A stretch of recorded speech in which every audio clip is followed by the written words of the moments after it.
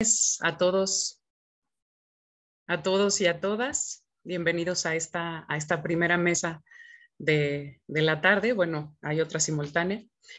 La Universidad Autónoma de Aguascalientes, a través del Centro de las Artes y la Cultura y el Cuerpo Académico de Arte, Imagen y Sonido, da a ustedes la bienvenida a los trabajos colaborativos del segundo Coloquio Internacional de Arte, Imagen y Sonido en formato virtual. En esta edición agradecemos especialmente a las y el conferencista magistrales, Raquel Scheffer, Rosela Galindo Esparza, Julia Akhmadiva y a Roberto de la Torre. También agradecemos el apoyo de la Maestría en Arte, el Doctorado Interinstitucional de Arte y Cultura, sede Aguascalientes, y la Universidad de las Artes por su apoyo y gestiones, así como al Sistema de Apoyos a la Creación y Proyectos Culturales de la Secretaría de la Cultura. Finalmente, al artista Pilar Ramos por el generoso uso de la imagen de la pieza pictórica Queremos y no queremos, la cual dio rostro a esta edición. Este evento estará llevándose a cabo durante los días 28, 29 y 30 de septiembre del 2021 y transmitiéndose a través de nuestras páginas de Facebook, Coloquio AIS, Arte, Memoria y Feminismo y Revista Arte, Imagen y Sonido, correspondiente con lo estipulado en el programa. Sin más preámbulo, comenzamos con la mesa Literatura Expandida, Estudios Literarios y de Colonialidad. Les recuerdo a las y el ponente que cuentan con 20 minutos como máximo para su exposición y al finalizar estas 4 presentaciones, abriremos una ronda de preguntas y comentarios. Entonces voy a presentar a nuestro primer invitado según el programa. Emiliano José Mendoza Solís es doctor en Filosofía por la Universidad Nacional Autónoma de México. Su trabajo de titulación estuvo dedicado al análisis del concepto de crítica de arte literaria en el filósofo judío-alemán Walter Benjamin, el cual fue reconocido con mención honorífica. Junto a diversos trabajos dedicados a la estética y la filosofía de la historia, es autor del libro El espacio del poema, indagación sobre lo poético en Walter Benjamin. Ha cursado estudios de posgrado en la Universidad Complutense de Madrid, en la Universidad de Salamanca y en la Universidad Michoacana de San Nicolás de Hidalgo. En esta última fue profesor e investigador en la Facultad de Filosofía Dr. Samuel Ramos Magaña. Ha sido becario postdoctoral en la Unidad de Investigación sobre Representaciones Culturales y Sociales, programa de becas postdoctorales de la Coordinación de Humanidades de la UNAM, y en el Instituto de Investigaciones Filosóficas Luis Villoro de la Universidad Michoacana, estancias postdoctorales para el apoyo al posgrado de CONACYT. También ha realizado estancias de investigación y formación académica en la Universidad Complutense y en Freiburg, Alemania. Fue reconocido como becario en el programa de apoyo para estudios en el extranjero del Fondo Nacional para la Cultura y las Artes 2004-2006 y en el programa Jóvenes Profesores Investigadores del Banco Santander, agosto a diciembre del 2012. Desde 2017 ingresó al Sistema Nacional de Investigadores del CONACYT. Nos presenta un trabajo titulado Walter Benjamin, un método en ruinas. Por favor, Emiliano, tienes la palabra. Muchas gracias, Adriana, y gracias a los organizadores de este evento, especialmente a Raquel Mercado, una antigua amiga hidrocálida. Y bueno, yo estoy en Morelia y me da mucho gusto estar vinculado de esta forma y en este momento a sus actividades, desde luego. Tal como lo comentaba en la presentación Adriana, bueno, yo hice una tesis sobre Walter Benjamin dedicada sobre todo a la obra de arte o al objeto de arte literario, de manera muy particular a la idea de poema. Entonces, cuando se dio la oportunidad de hacer esta presentación, pues yo mando un abstract, un poquito, agarré el machete y corté una parte que yo pensé que era central del planteamiento, y daba por supuesto que este asunto de la obra literaria quedaba ahí bien planteado. Entonces, a la hora de los dictámenes, como que no encontraba lugar ni mesa, y bueno, al final estoy aquí justo porque tuve que aclarar que la idea de Benjamin de obra de arte, parte de manera muy sustancial, sobre todo en su pensamiento de juventud, de la idea de obra de arte literaria, no va disociada en lo más mínimo, ¿no? Entonces lo que sucede de alguna manera se parece a aquello que plantea Heidegger en diferentes textos, pero sobre todo en uno que es nodal para los estudios estéticos, en donde habla de lo poético en términos de aquello que la obra de arte hace coincidir, la obra de arte literaria hace coincidir con el resto de obras que no necesariamente son propiamente literarias. Bueno, estaba viendo si podía compartir esto, pero creo que no está habilitado, entonces lo voy a ir leyendo. Lo que leería Perdón, entonces... Emiliano, ya te di compartir. Ya me lo puedes. Ok. Sí, porque creo que es más interesante luego ver el texto. Seguramente no voy a alcanzar a exponer todo. Entonces por ahí aunque me estoy tomando el tiempo,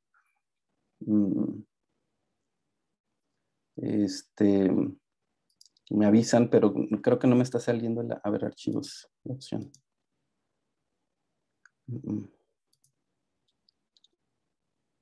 Sí, no veo el archivo. Entonces, para no a ver, aquí está. No voy a poder. Bueno, lo comienzo a leer.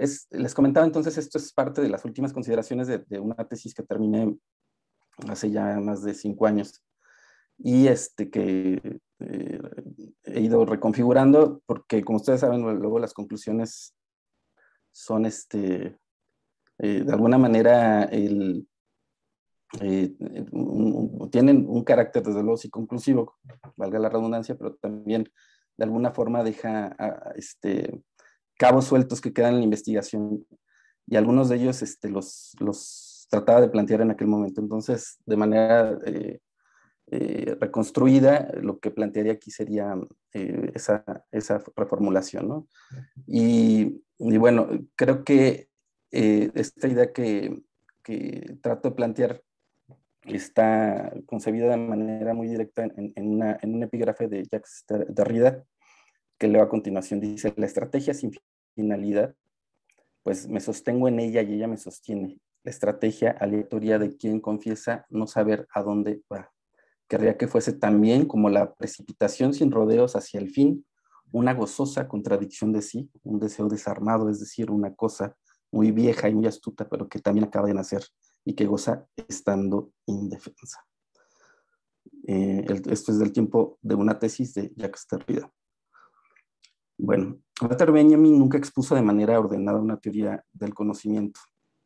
Las sugerencias epistemológicas que aparecen dispersas en sus escritos no solo son el eje en torno al cual se aglutina su pensamiento, sino que además constituyen uno de los aspectos de su obra que ha tenido una recepción más intensa en la filosofía reciente. Hay cierto énfasis en el modo en que Benjamin orienta sus reflexiones nociológicas en intervenciones heterogéneas, trabajos de crítica literaria, análisis lingüístico, comentarios sobre diferentes obras, autores, reflexiones metodológicas marginales.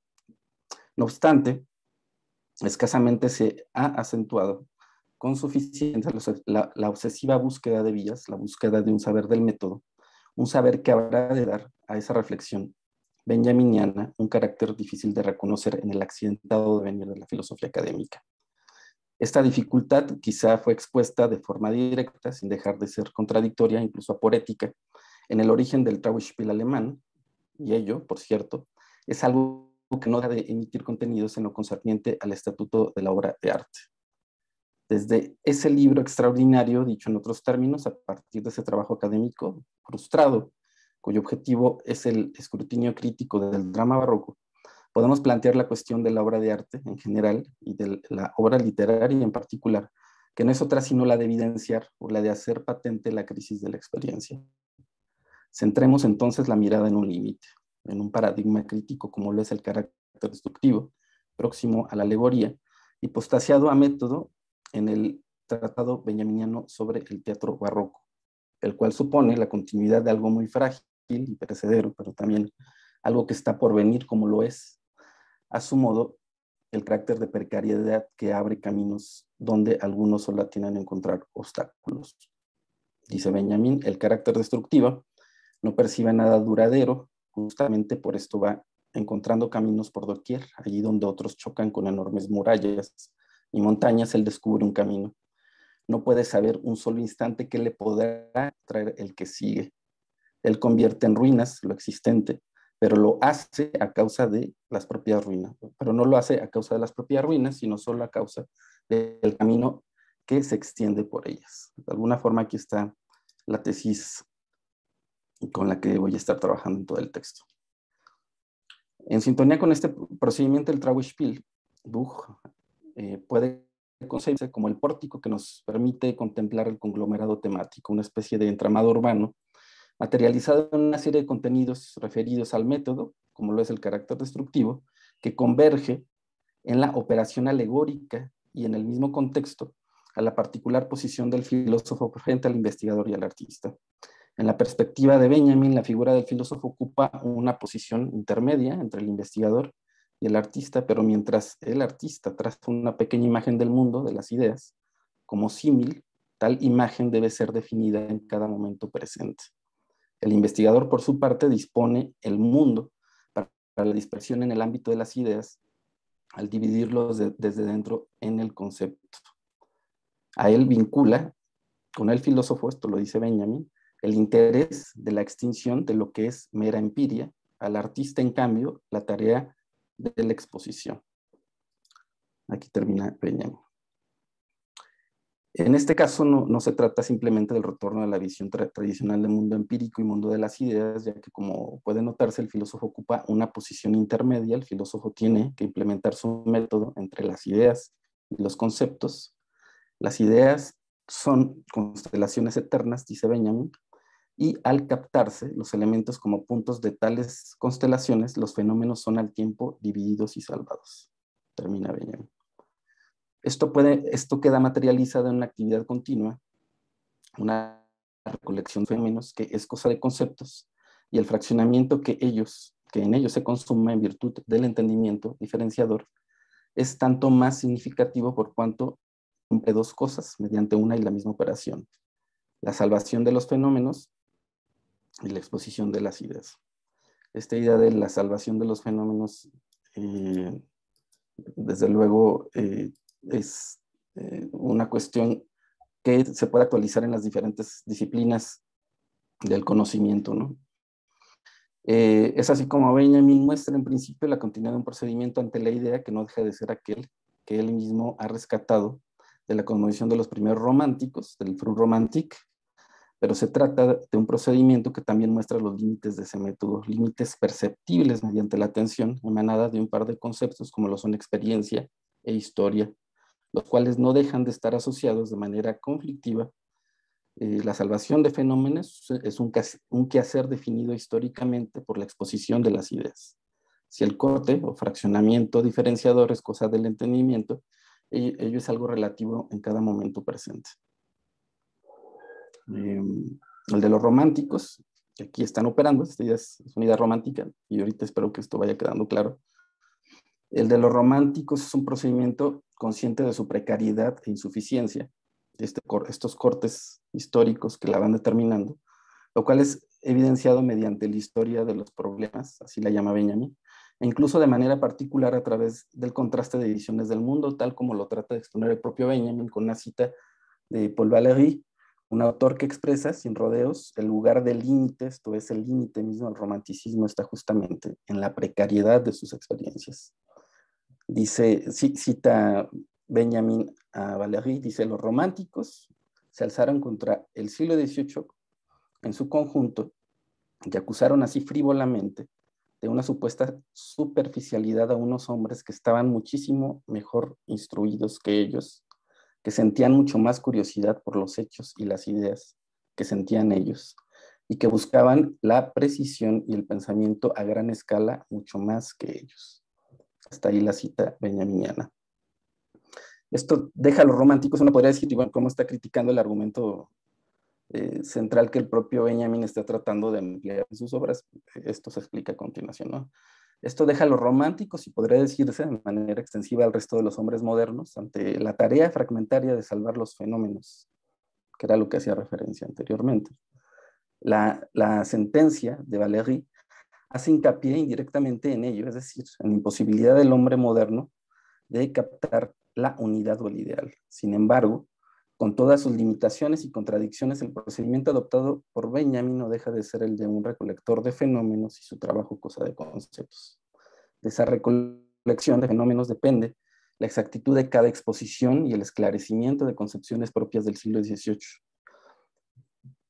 Estas concepciones se formulan en este contexto y son prácticamente neologismos en alemán, son Gedichtete, Gehalt, Urbild, Urfenomen, y cada de ellos tiene un juego muy potente y se tendrá que contextualizar, pero coinciden en que son parte de esta cosmovisión y que de alguna forma son centrales para la concepción de la obra, particularmente la literaria, pero por ejemplo la noción de Urfenomen, que es una noción de origen goetheano, no solamente se aplica a la literatura, sino prácticamente a la concepción del mundo e incluso de la naturaleza, ¿no?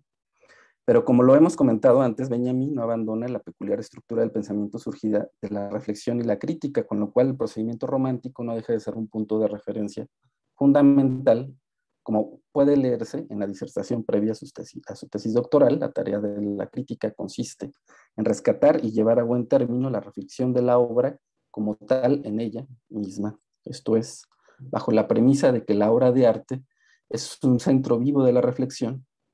Aparece como posible el potenciar esa determinada reflexión que los románticos conciben al mismo tiempo como autoconocimiento incrementado de lo que reflexiona. Es decir, lo que los románticos descubren es que esas limitaciones de su propia cosmovisión y de la propia de sus obras y de su pensamiento, al concebir esos límites pueden autocriticarse y de alguna manera, si no superarse, sí irse corrigiendo, ¿no? Y esta idea, esto que acabo de comentar, es parte de lo que Benjamin denomina crítica inmanente de la obra, una crítica que se hace desde la propia obra, reconociendo justamente este talante subjetivo que la propia obra encierra. Está por más decir que la idea de método benjaminiano está poniendo en cuestión la dicotomía sujeto-objeto, ¿no? Y esto espero que quede también claro a partir de esta idea que acabo de exponer. Bueno, en lo concerniente al análisis de la obra de arte, y no deja de serlo en relación a la teoría, es particularmente importante la depuración y aplicación de la crítica inmanente. En ella está concentrada la influencia que los románticos ejercen en el pensamiento de Benjamin, para quien el concepto de crítica es visto menos como un procedimiento puramente subjetivo, como la instancia, dice Benjamin, regulativa de toda subjetividad, de todo azar y arbitrariedad en el nacimiento de la obra. Por lo tanto, hasta aquí Benjamin, en lo tocante a la obra, deja de ser el crítico quien aporta el juicio. Esto no queda justificado justo por la inmanencia de la obra, ¿no? Más bien el arte mismo es la entidad que asume en sí el medium de la crítica o la rechaza, dice Benjamin, evaluándola por debajo de toda crítica. Es decir, si una obra de arte es obra de arte, es porque es criticable, si no, ni siquiera merecería, digamos, esa enunciación, ¿no?, que parte de ella.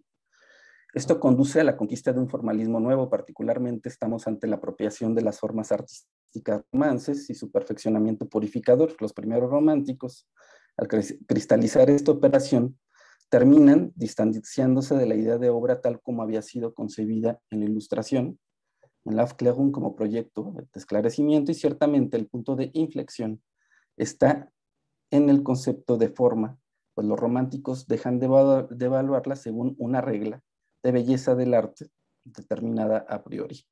Su atención ya no está dirigida a algo previo, y sus indagaciones pretenden implantar o describir las condiciones necesarias para alcanzar efectos placenteros o edificantes en la obra.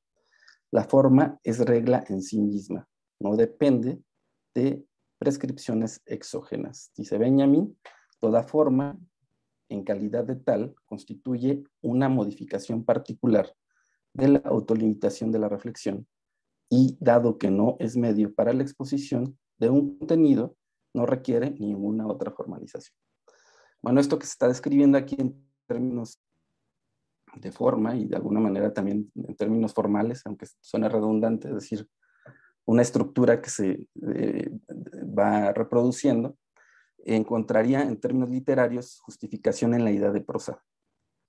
La idea de prosa, como ustedes saben, es un género que no está determinado por una medida o por una forma previa, sino que en la propia producción va encontrando la forma, ¿no? Y creo que sería el ejemplo más claro para expresar esto tan abstracto. Y hay que recordar que justamente romanticismo viene, la idea de romanticismo viene de Romain, del género novelístico, que es un género en donde la prosa está liberada, como lo dice aquí más adelante, o lo digo más adelante en mi texto. Me voy a tener que saltar porque quiero llegar a lo que considero el núcleo de mi exposición, ya quizá más bien discutirlo en su momento, que es este pensar entre ruinas, y un elemento que a partir de esta cuestión de lo prosaico, que no solamente da lugar, o de la prosa, no lo prosaico, y matices, sino de la prosa que da lugar tanto al género, pero también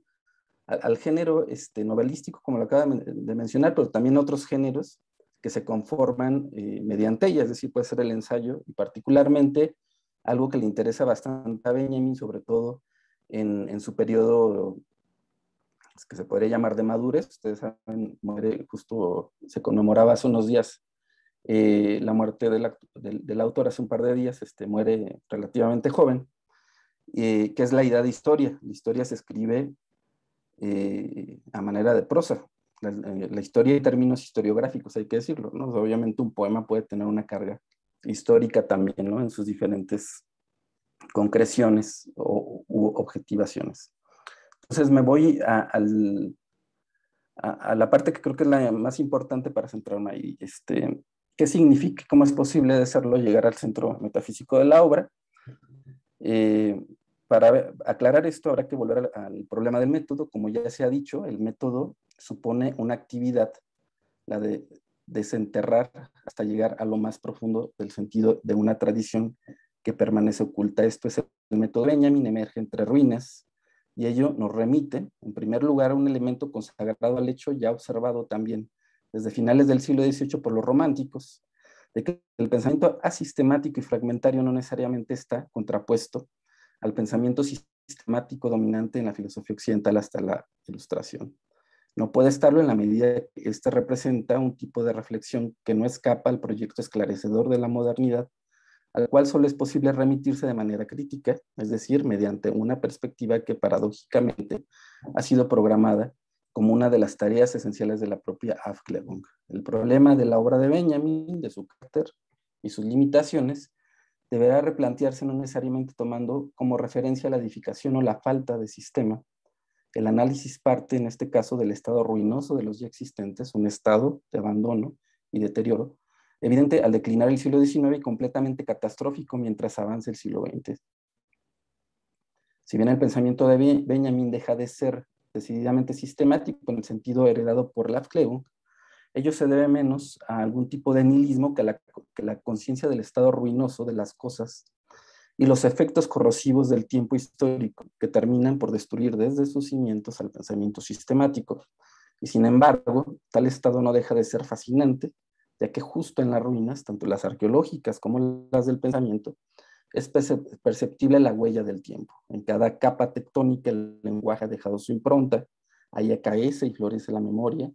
Esto es lo que constituye la conciencia de finitud, que no es propiamente un signo de introspección del hombre moderno, sino la constatación de una temporalidad materializada en la propia ruina como precariedad de aquello que se desvanece mediante el destructivo devenir de las fuerzas naturales. La ruina, el fragmento y el torso, estas tres nociones son muy relevantes en diferentes momentos de la obra benjaminiana, terminan por convertirse entonces en el fundamento perecedero de un método y en el objetivo del hombre que excava.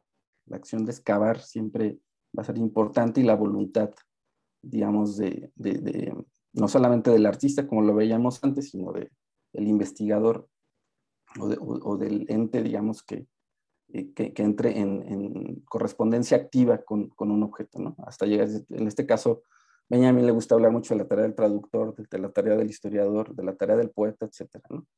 Hasta llegar a un conocimiento fragmentario del cual solo se puede tener provecho parcialmente. Cito a Benjamin, la lengua nos indica que la memoria no es un instrumento para conocer el pasado, sino solo su medio. La memoria es el medio de lo vivido, como la tierra viene a ser el medio de las viejas ciudades sepultadas, y quien quiera acercarse a lo que es su pasado tiene que comportarse como un hombre que excava. Y sobre todo, no ha de tener reparo en volver una y otra vez al mismo asunto, en irlo revolviendo y esparciendo, como se revuelve y se esparce la tierra. Los contenidos no son sino esas capas que tan solo tras una investigación cuidadosa entregan todo aquello por lo que nos vale la pena excavar. Imágenes que, separadas de su contexto, son joyas en los sobrios aposentos del conocimiento posterior, como quebrados torsos en la galería del coleccionista. Este fragmento lo pongo aquí justo porque creo que encierra todo lo que he comentado en buena parte, ¿no? Es decir, está la idea de fragmento, está la acción del escarbar, del buscar, y se menciona también, por ejemplo, la etapa del investigador, ¿no? Lenguaje y memoria configuran los medios del método y la implementación de procedimientos cuya sistematización no podrá alcanzarse por completo, más aún si no existe una noción estricta, una razón suficiente, de lo que ha dado orden a una cosmovisión que aparece y desaparece entre ruinas y cuyo influjo es imposible someter a las jerarquías instauradas por el pensamiento moderno. Es decir, algo determinado por el tiempo ahora, para emplear con toda literalidad el concepto de Jetzeit benjaminiano. En concordancia con esto, el análisis de la obra de arte no debe establecer una conexión ingenua entre su propio tiempo con el tiempo que surge en ellas, sino más bien su tarea es hacer evidente en el tiempo que las vio nacer, en el que las conoce y las juzga. Entramos de nuevo a esta tensión de pasado y actualidad, si se fijan, ¿no? De los cortes que se describían o se planteaban desde un primer momento. Por lo Perdón, Emiliano, discúlpame, ya si puedes ir cerrando, por favor. Ok, sí. Muchas gracias. Bueno, quería llegar desgraciadamente en muy poco tiempo a dos ideas que creo que son las centrales para todo esto.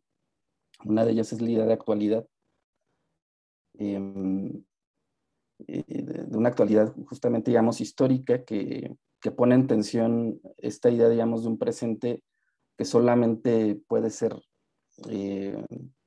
percibido históricamente contrariamente, digamos, por su inactualidad, ¿no? Es decir, lo que va a hacer Benjamin, en términos de la idea de prosa enfocada a la historia particularmente, es dejar en evidencia que digamos, el sentido de la actualidad, de captar la actualidad de algo, es solamente si nos salimos del tiempo que está justificando el presente. Y para el ejemplo que se puede dar aquí es la famosa expresión que le asigna Benjamin al historiador de hacer historia contra pelo, es decir, para que un historiador logre captar algo de la historia en el presente, pues tiene que criticar el sentido común establecido, ¿no? Entonces es lo que trato de escribir en las siguientes líneas.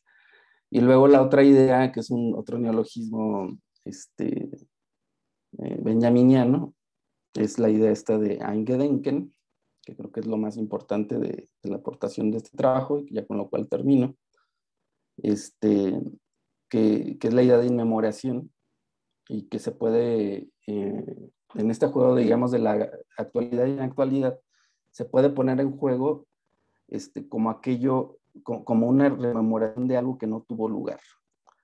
Y esto uno pues se podrá preguntar, bueno, ¿cómo tener memoria de algo que no tiene lugar? Pues básicamente lo que pone aquí, lo que le interesaría poner en juego al propio Benjamin es que en el ámbito tanto de la memoria como de la historia,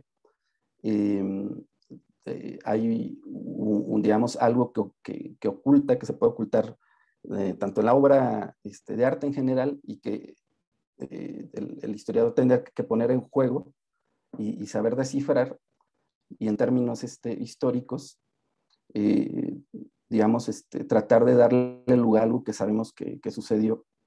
Bueno, este término creo que también va a ser muy importante porque ha tenido bastante juego en el discurso decolonial que se va a discutir seguramente más adelante en esta mesa. Bueno, sería todo. Muchas gracias.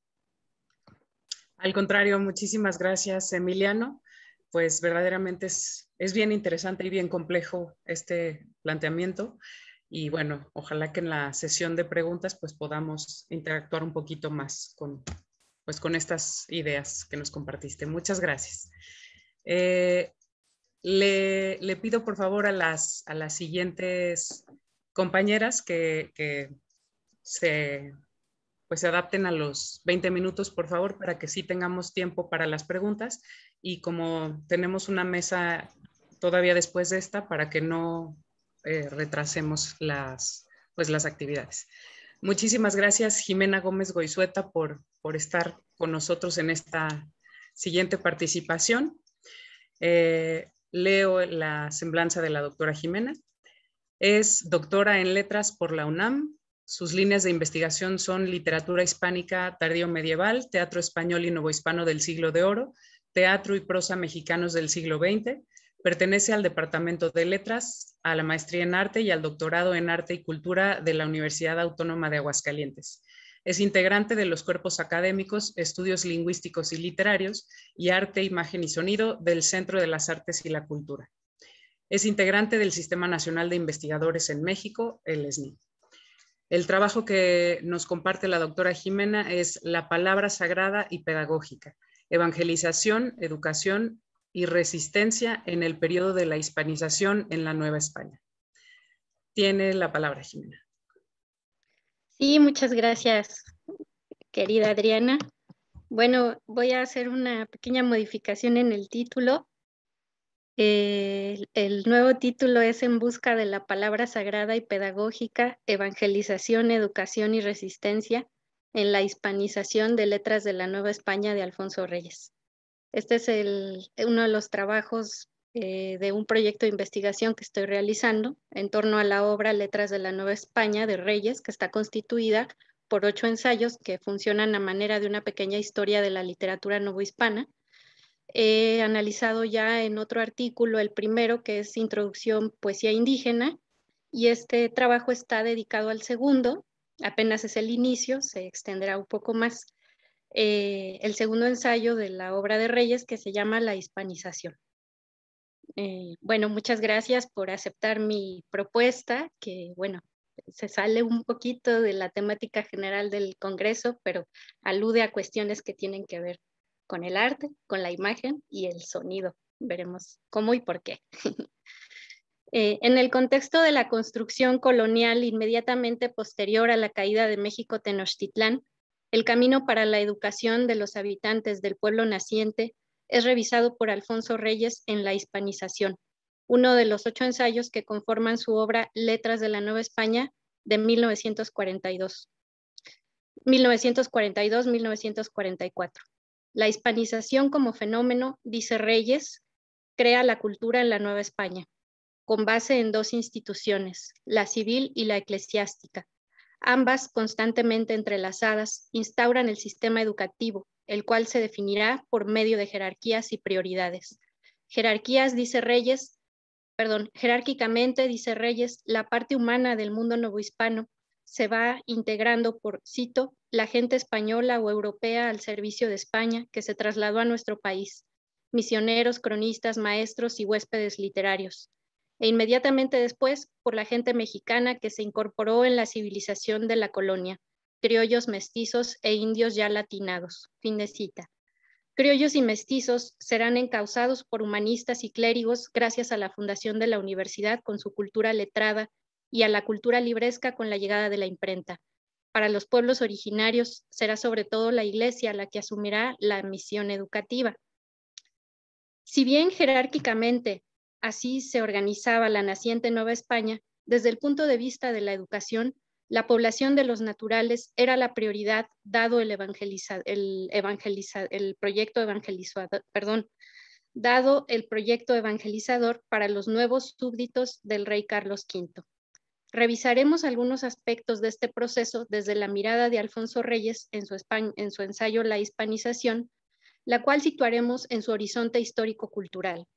La intención es observar y problematizar la perspectiva enunciada de este ensayo con respecto al fenómeno de la hispanización en el proyecto educativo para los naturales durante el siglo XVI y sus implicaciones en lo que Reyes quería transmitir a sus receptores. La pertinencia de esta lectura radica en que Reyes, fundador del Ateneo de la Juventud hacia 1909 y de la Casa de España en el 39, después el Colegio de México, escribe su obra Letras de la Nueva España al inicio de los años 40, a petición del entonces secretario de Educación Pública, el humanista Jaime Torres Bodet.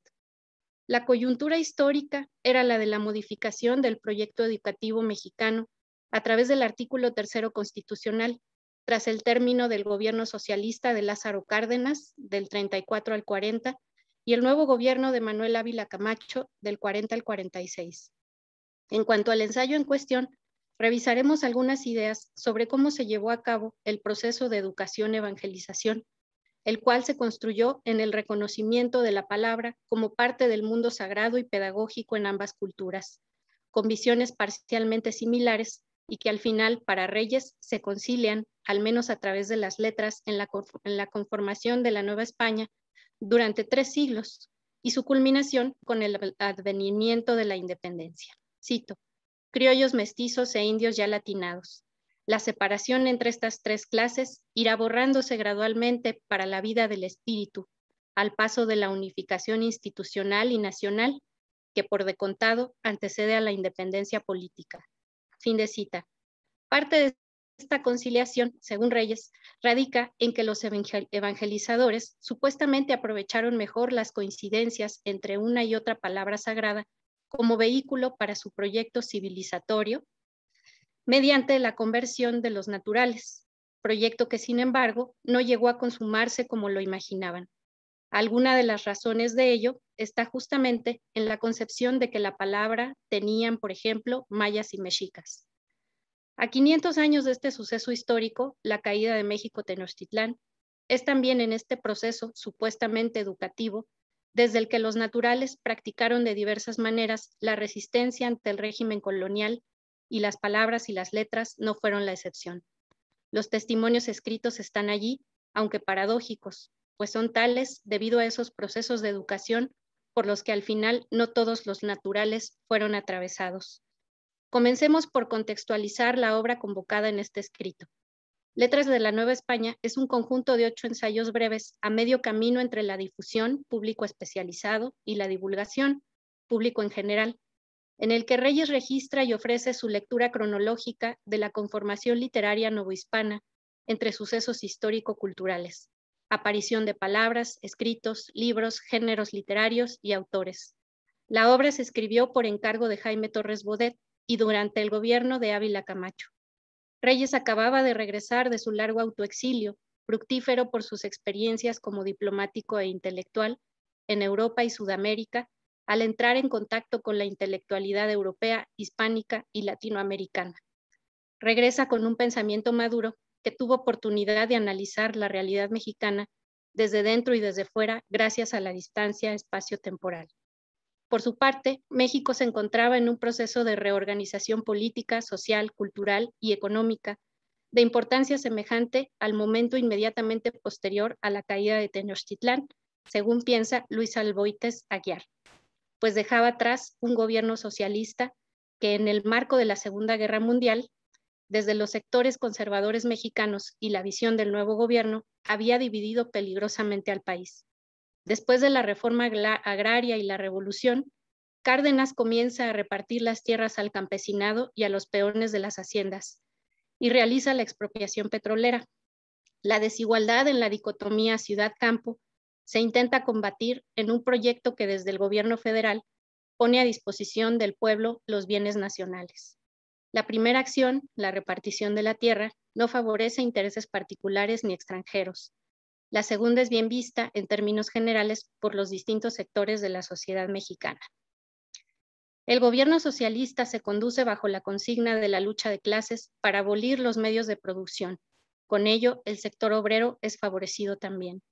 Esto se refleja también en el proyecto educativo y en 1934 se reforma el artículo 3 constitucional en función de una educación de corte socialista. Y lo cito: la educación que imparta el Estado será socialista y además de excluir toda doctrina religiosa, combatirá el fanatismo y los prejuicios, para lo cual la escuela organizará sus enseñanzas y actividades en forma que permita crear en la juventud un concepto racional y exacto del universo y de la vida social. Fin del artículo 3. Así, cito, en los textos escolares cardenistas aparecen la ciudad y el campo, los campesinos y los obreros, los niños y campesinos, los niños citadinos, las madres de estos niños, todos con la misma tarea encomendada: cambiar sus formas de pensamiento para luchar por la transformación de la sociedad mexicana. Igualmente, maestros y alumnos también debían vincularse con la producción y con las organizaciones sociales. Ante este panorama, la sociedad mexicana, conservadora de origen colonial, se polariza y surge como reacción el Partido Acción Nacional, curiosamente desde frentes intelectuales, con un candidato a la presidencia, Juan Andreu Almazán, que no logra imponerse en las siguientes elecciones. Desde el Partido de la Revolución, Cárdenas cede el poder a Manuel Ávila Camacho, quien, lejos de simpatizar con el socialismo, cito, se apresuró a marcar distancia con su antecesor. Hizo un llamado a la reconciliación y a la unidad nacional y justificó esa actitud en vista del difícil entorno mundial. Fin de cita. El proyecto económico se replanteó y el desarrollo agrario se orientó y subordinó al servicio del desarrollo industrial de los 3 espacios urbanos que había en el país: Guadalajara, Monterrey y Distrito Federal, y se establecieron mecanismos de coacción y represión para campesinos y obreros. Cito, la lucha de clases fue sustituida por la Unión Nacional. Fin de cita. Es en este contexto que Ávila Camacho nombra a Jaime Torres Bodet secretario de Educación Pública en 1943. Torres Bodet tendrá como principal tarea, asumida plenamente, modificar el artículo 3 y dejar atrás la ideología socialista. Cito, ya no será una educación dirigida a un fin específico o para un sector de la sociedad en particular, sino que se refleja una concepción de educación que se caracteriza principalmente por la formación moral del individuo, encaminada hacia el bien y la justicia, más que una somera tarea de ilustración o la simple habilitación de oficios y profesiones por el carácter emergente que vive el país. Se piensa que la educación que logre la unidad nacional será aquella que, en palabras de Torres Bodet, valora nuestra propia alma, estime la eficiencia de las virtudes y reconozca el lastre de los defectos. Fin de cita. Para Torres Bodet, los valores que forjarán el espíritu individual serán los inculcados en el seno del hogar y de la educación formal, libres de incidencias políticas. Así, por oposición a los planteamientos socialistas, se busca, cito a Torres Bodet, una prueba de fe en lo que se propone emprender la dependencia que ha sido puesta a mi cargo, pero aún en lo que unos y otros conseguiremos si trabajamos unidos, estrechamente, bajo el auspicio de valores espirituales de solidaridad, de conciliación y de patriotismo que deben servirnos de guías en nuestra cruzada de educación. Fin de cita.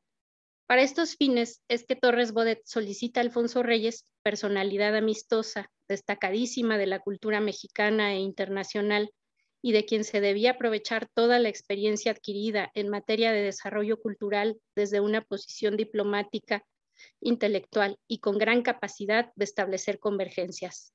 Reyes, para comenzar, podía propiciar, cito, un espacio de confluencias y despliegue de un programa de conciliación hispanoamericana. Fin de cita, que hermanara los conflictos que la educación socialista intentaba desatar tras un sangriento periodo revolucionario. De formación clásica humanista, heredero de los ideales del ensayo decimonónico arielista y como uno de los fundadores del Ateneo de la Juventud, Reyes concebía a la cultura no como un espacio en la arena de lucha de clases que llevaría a la transformación de la sociedad con el esfuerzo consciente y de acción de los que buscaban abolir los medios de producción, sino identificándola, cito, con creaciones espirituales del hombre.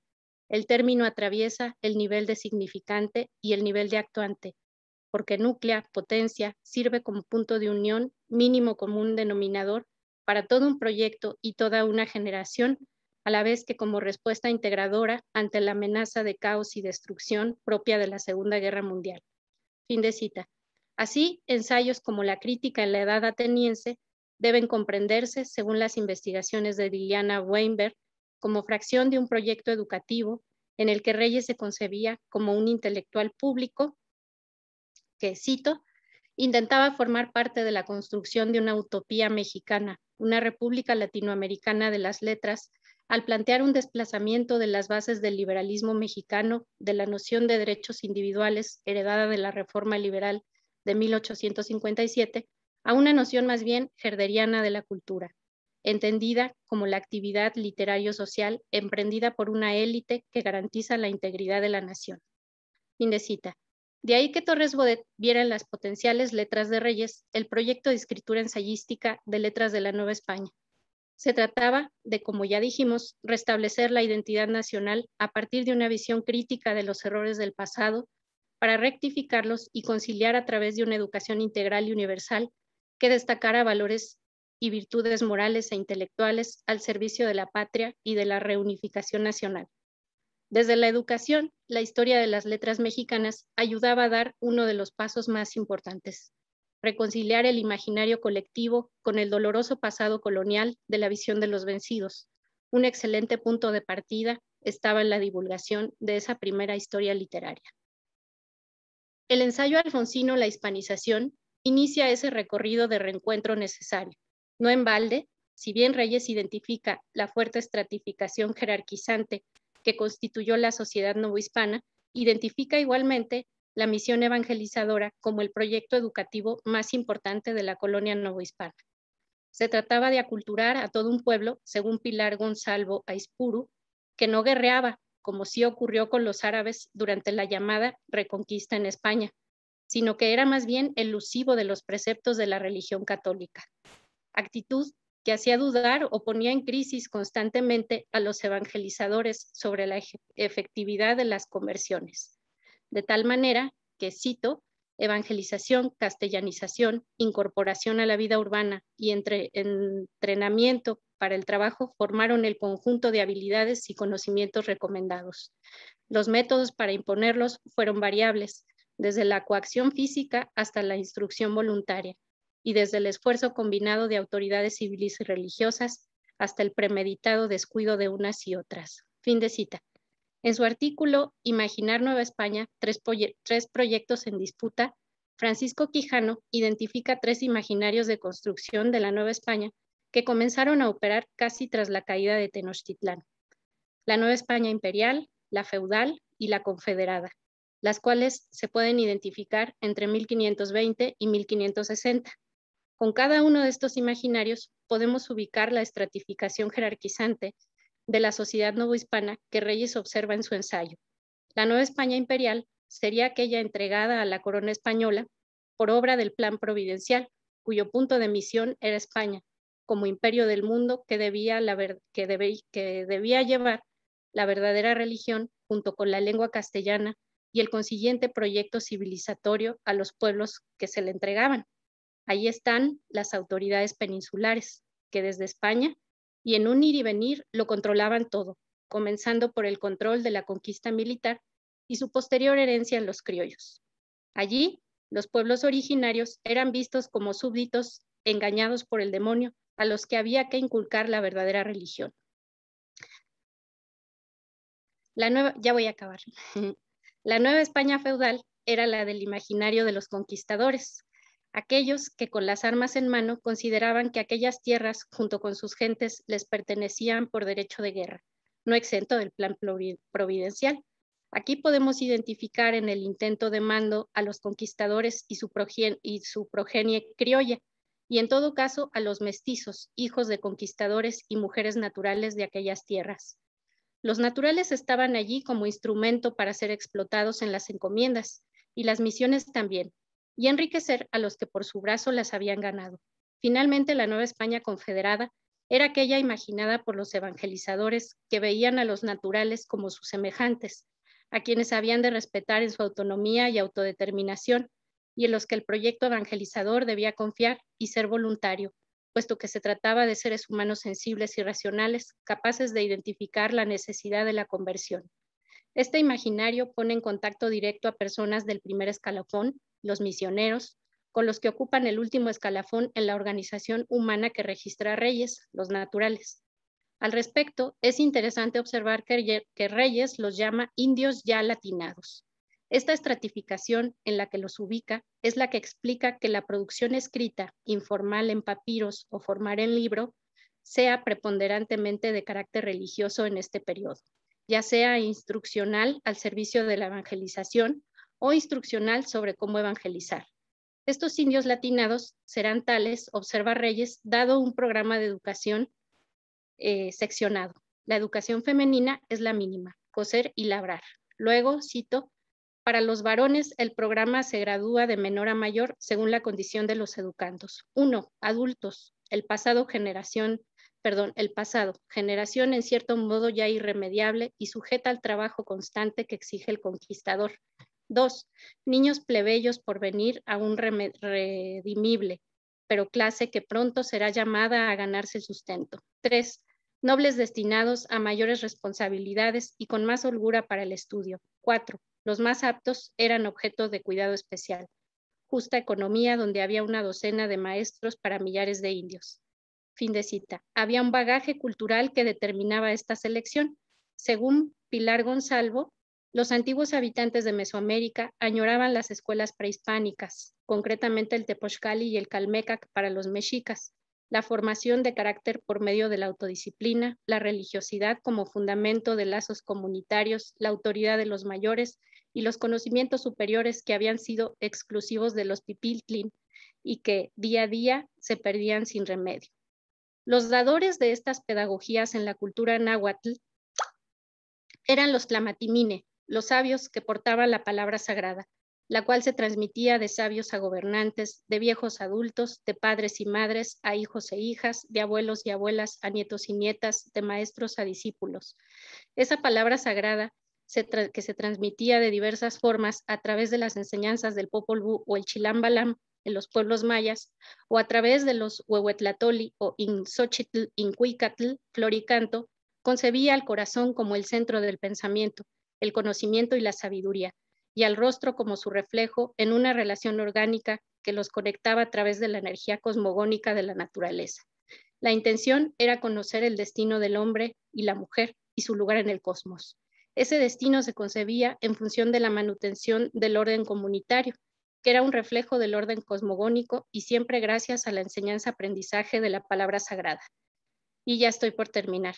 En este contexto cultural, el que permite que en la conformación de las letras de la Nueva España, Alfonso Reyes hable de indios latinados, los hijos de los pipiltlin, aquellos que en este primer periodo de vida de la Nueva España, entre 1520 y 1590, fueron merecedores de un alto nivel de educación dentro del proyecto evangelizador de Fray Bernardino de Sahagún, fundador del Colegio de Tlatelolco, o Fray Andrés de Olmos, o Fray Bartolomé de las Casas.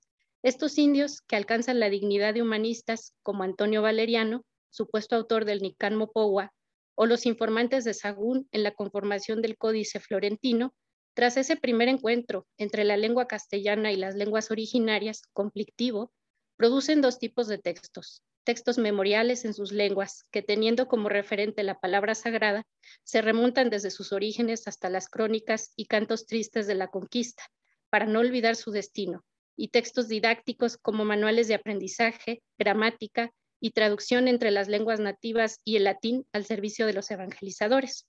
Niños, niñas, hombres y mujeres, ancianos y ancianas, todos más iguales, al lado del desafortunado destino de los mestizos, fueron puestos e invisibilizados al servicio instrumental de la Iglesia, los conquistadores y los seglares.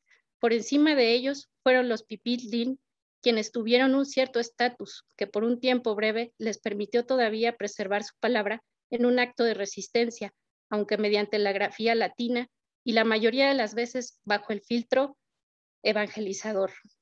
Ya nada más me faltan unas líneas. Que se injertaba con fuertes oleadas bíblicas de prédica y sermón en estos textos. No en balde, César Amé escribe con ironía rabiosa que civilización es igual a colonización, algo apenas mencionado por la voz enunciativa de la hispanización, si bien lo habrá tenido en cuenta, su atención estaba concentrada en concebir una historia literaria novohispana que reflejara el pasado de una nación moderna, que desde entonces comenzaba a mostrar ciertos destellos de ideales identitarios cuyas raíces se ubicaban en Occidente y que, sin embargo, no lograron destruir del todo la palabra sagrada que inculcó sus propios valores culturales y ancestrales a, en este caso, mayas y mexicas. A pesar de la historia y del primer ensayo que abre la obra de Reyes que estudiamos aquí, Poesía indígena, en el nuevo proyecto de unificación nacional de Torres Bodet y acaso de Alfonso Reyes, no entran más las estratificaciones de pueblos originarios y sus respectivos procesos de selección para la educación, puesto que tal vez eso habría supuesto una cierta continuidad de la perspectiva socialista que rápidamente se apagó en México. Esa palabra aún sigue viva y la podemos escuchar periódicamente solo en calidad de audiencia de la poesía actual de las lenguas originarias. Me pregunto, ¿qué significan actualmente esas voces? Muchas gracias. Muchísimas gracias, Jimena. Efectivamente, como tú misma nos lo indicaste al principio, pues tu trabajo toca o habla pues a partir de los sonidos de la imagen y obviamente de la palabra, y desde una perspectiva a lo mejor muy desconocida de la obra de Reyes, ¿no? Son ensayos que creo que no son tan habituales, ¿no? Pues en la observación de la obra de Reyes. Entonces, muchas gracias por tu trabajo, y en un ratito más pues abrimos la sesión de preguntas y de comentarios. Gracias. Vamos a darle ahora la palabra a nuestra compañera Ilse Díaz Márquez.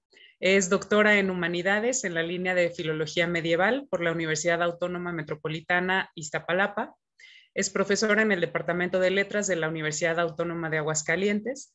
Sus intereses de investigación giran en torno a la literatura mística y a la literatura escrita por mujeres en el medioevo hispánico, a la poesía española contemporánea, a las pedagogías críticas y al pensamiento decolonial.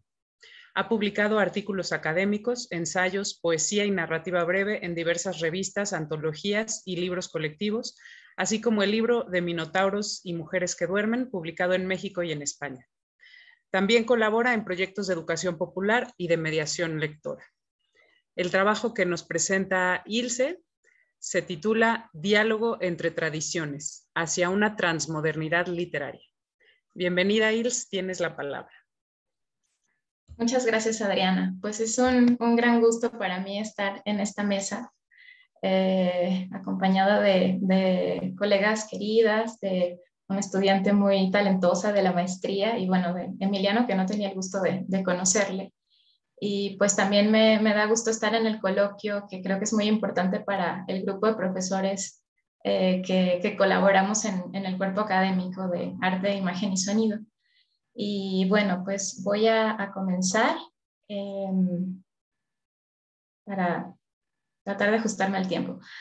En el prólogo a su libro Descolonizar la mente, en el que se reúnen 4 conferencias que versan sobre la práctica lingüística de los escritores africanos y sobre el papel que la literatura desempeña en la descolonización de las sociedades, el intelectual keniano Ngugi wa Thiong'o afirma que la lengua no puede desvincularse de la indagación profunda sobre el pasado y el presente de los pueblos.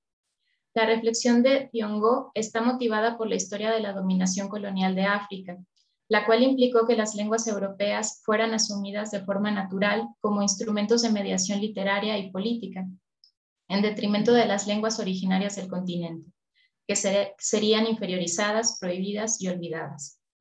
El análisis que el autor plantea para el continente africano puede ciertamente extrapolarse, sin dejar de atender a las condiciones históricas y culturales específicas de cada territorio, al continente asiático y al americano. Si nos situamos desde el paradigma modernidad-colonialidad, surgido en los últimos años del siglo XX en el seno del pensamiento latinoamericano, heredero a su vez del pensamiento anticolonial afrocaribeño, y también en relación con las teorías postcoloniales que por la misma época se desarrollaban en Asia, encontramos que la expansión colonial europea dio lugar a un ordenamiento mundial caracterizado por fenómenos como la división internacional del trabajo entre centro y periferia, así como la jerarquización étnico-racial de las poblaciones colonizadas, las cuales se encuentran del otro lado de la línea de lo que es considerado humano, en lo que Frantz Fanon ha llamado el territorio del no ser, es decir, en ese sitio donde no se le reconoce como seres con acceso a la subjetividad, ni con derechos humanos o civiles o laborales. El que los sujetos colonizados han sido considerados subhumanos o no humanos queda demostrado a través de la esclavitud y la explotación que estos han experimentado a lo largo de los 5 siglos transcurridos desde la llegada del Imperio Español a América. Es en ese momento, a principios del siglo XVI, que las y los autores decoloniales han situado el inicio de la modernidad, es decir, antes de la aparición del cogito cartesiano. Una modernidad que es inherentemente colonial y también capitalista, cuya expansión no se explica sino es a través del expolio de las culturas situadas por debajo de la línea del ser. Dicho expolio, desde el punto de vista de estos pensadores, no terminó, como afirmaban los teóricos postcoloniales, con la independencia de las colonias, sino que el sistema moderno fue capaz de transformarse y de inventar nuevas formas de dominación global. Así, Aníbal Quijano se refiere a la colonialidad del poder como un aparato que permite que las distintas estructuras de opresión, económicas, laborales, étnico-raciales, sexuales, culturales, etcétera, se interconecten, se articulen entre sí y aseguren que el sistema moderno colonial capitalista continúe su marcha. De este modo, la colonialidad como aparato de poder no es una consecuencia de tal sistema, sino que el sistema funciona gracias a ello. Walter Miñolo identifica entre las formas de este aparato la colonialidad del saber, la cual se desarrolla en el ámbito de la producción y la transmisión del conocimiento. En el mundo moderno colonial, además de la línea que delimita la humanidad y la no humanidad, se establece una distinción entre aquellos saberes válidos y aquellos que no lo son. El criterio de validación se impone a través de un mecanismo que Santiago Castro Gómez ha llamado la ibris del punto cero, el cual marca como referente epistemológico único el conocimiento occidental. De tal modo, si la filosofía y la ciencia concebidas en términos europeos se enuncian desde una posición universal, abstracta, neutral y de objetividad, el resto de los saberes serán considerados como conocimientos provincianos, parciales, subjetivos, incapaces de lograr una conciencia universal. La consecuencia de esto será una violencia epistémica que se traduce en la negación de otras perspectivas de comprensión de la realidad, así como en el desarrollo de formas discursivas coloniales que pueden resumirse en 3 categorías. Una, la geopolítica del conocimiento, porque pueden hablar los sujetos que provienen de la metrópoli, del centro o del territorio civilizado. Luego, un marco conceptual y de significación, porque los referentes y las teorías que pueden utilizarse para producir conocimiento son eurocéntricos. Y finalmente, un conjunto de temas de prestigio. Los temas de los que se puede hablar son aquellos que interesan a la hegemonía, el resto son relegados e incluso prohibidos. En el ámbito de las letras, de acuerdo a la visión de Zulma Palermo, la colonialidad del saber ha encontrado un espacio particularmente autocomplaciente. Palermo señala que para realizar una crítica a la colonialidad del saber en los estudios literarios, hay que reconocer en primer lugar el lugar que la literatura ocupa en la racionalidad moderno-colonial y a continuación, identificar la forma en que los textos se proponen como lecturas canónicas en los espacios educativos y universitarios. Y que corresponden a esa misma racionalidad que aspira a la construcción del conocimiento universal. En ese sentido, resulta conveniente remitirnos nuevamente a la visión de Miñolo, quien distingue un aspecto vocacional y un aspecto epistémico en la conformación del canon literario. Según este autor, cito, mientras que la comunidad epistémica encuentra el canon en la fundación histórica y la justificación de la situación actual de una disciplina, una comunidad vocacional encuentra en él la confirmación histórica de los valores culturales que comparten sus miembros. Hasta ahí la cita. Lo anterior nos remite a la diferencia que hay entre la literatura como una disciplina de conocimiento, los estudios literarios, y la literatura como conjunto de obras que, más allá de las comunidades académicas, son recibidas a través del tiempo por diversas comunidades de lectores. Ambos aspectos del canon interactúan, por ejemplo, en la elaboración de los programas educativos y en aspectos en los que se ven involucrados fenómenos de interpretación y de transmisión que atienden a las implicaciones ideológicas contenidas en los textos literarios, a las políticas culturales y lingüísticas, así como a las leyes del mercado. Desde una crítica decolonial, tendríamos que cuestionar, pues, un canon literario que, como académicos, estudiamos con pretensiones científicas y enseñamos en las aulas, integrando lo vocacional y lo epistémico, y que se ha construido desde la ibris del punto cero, señalada por Castro Gómez, es decir, desde presupuestos eminentemente occidentales. El cuestionamiento, siguiendo la perspectiva de Palermo y las 3 categorías de la colonialidad del saber antes referidas, deberá tomar en cuenta el lugar desde el cual tomamos parte en la elaboración y legitimación del canon, y además problematizar la manera en que nos insertamos en el trabajo académico. De forma más concreta, una autocrítica a nuestra posición en el estudio de la literatura pasaría por considerar, primero, a qué canon responde el corpus de lecturas que se estudian, que estudiamos en nuestras investigaciones y en nuestros cursos. Segundo, desde qué sitio del sistema moderno colonial enunciamos nuestros análisis. Y tercero, qué posiciones teóricas, conceptos y temáticas legitimamos o incluso privilegiamos en nuestras lecturas. La reflexión suscitada por tales preguntas confirmaría que nuestra disciplina continúa instalada en un paradigma eurocéntrico, que tanto nuestras posiciones teóricas como nuestras interpretaciones están atravesadas por la colonialidad del saber. Finalmente, pues somos sujetos de la periferia, habitamos el mundo neocolonial, y que desde nuestros espacios académicos no solamente hemos sufrido, sino que también hemos ejercido la violencia epistémica. De ahí tendría que surgir la inquietud por descolonizar el canon y también la disciplina literaria. ¿De qué marcos epistemológicos podríamos partir para tales efectos? La propuesta de la transmodernidad del filósofo argentino-mexicano Enrique Dussel se presenta como una alternativa a lo que podemos llamar, siguiendo a Shirin Appi Shibai, la cárcel epistemológica, en este caso de los estudios literarios.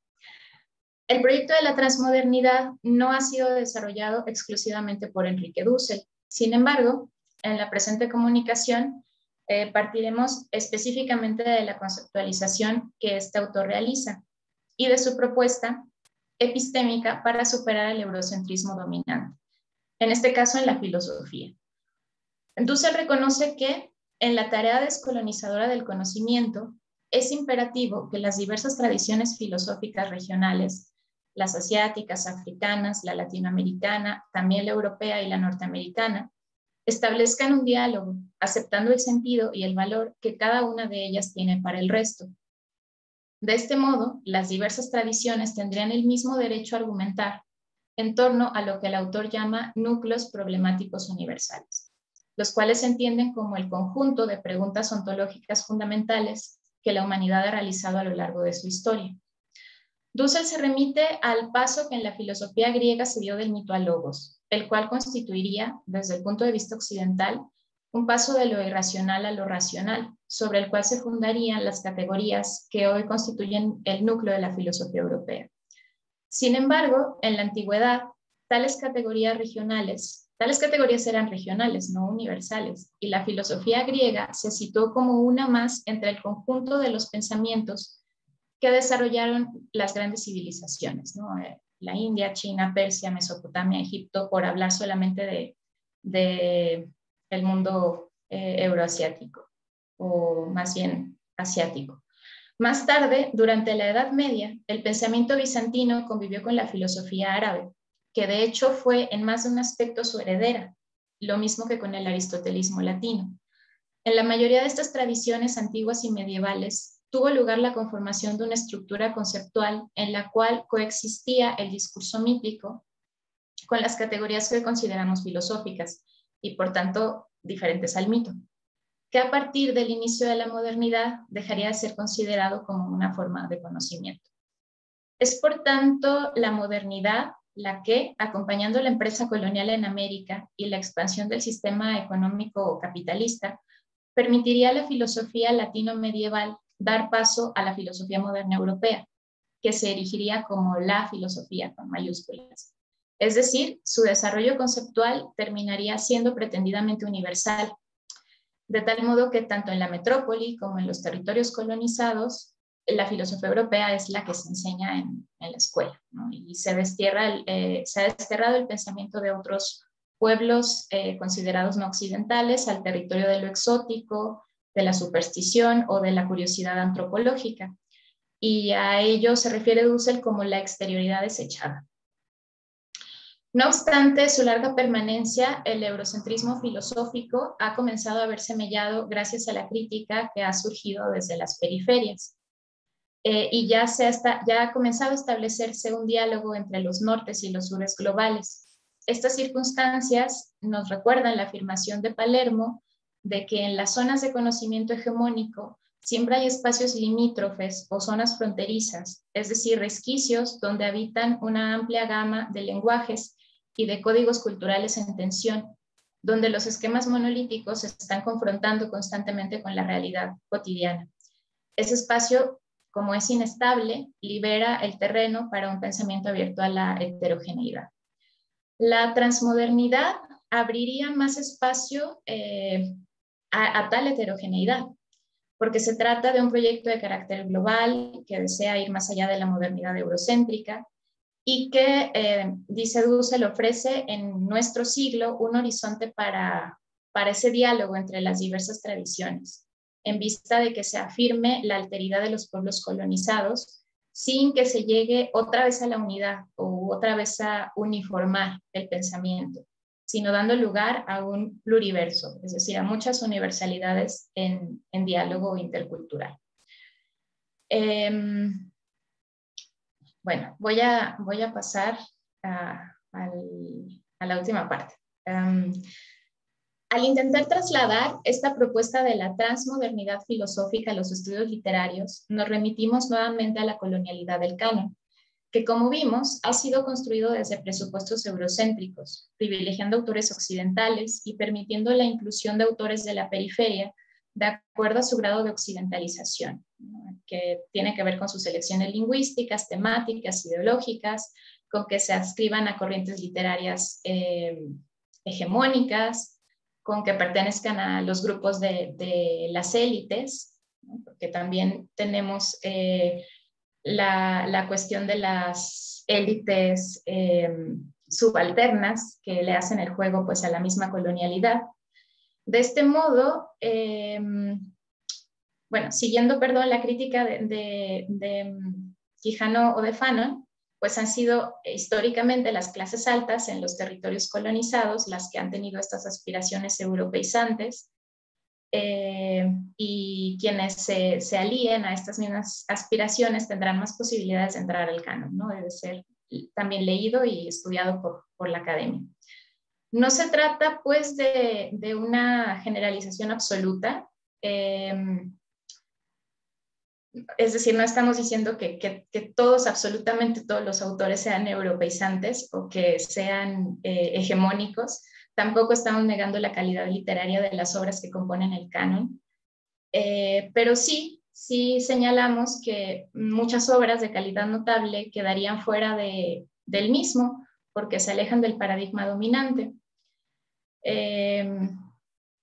Y entonces, de ese lado excluido estarían lo que podríamos llamar las tradiciones periféricas, y los estudiosos de la literatura pues nos inclinaríamos por marcos conceptuales, posiciones teóricas y perspectivas de interpretación situadas más bien dentro de los márgenes del pensamiento occidental, y contribuiríamos con ello a perpetuar las lógicas coloniales, a negar el conocimiento que se genera debajo de esta línea del ser.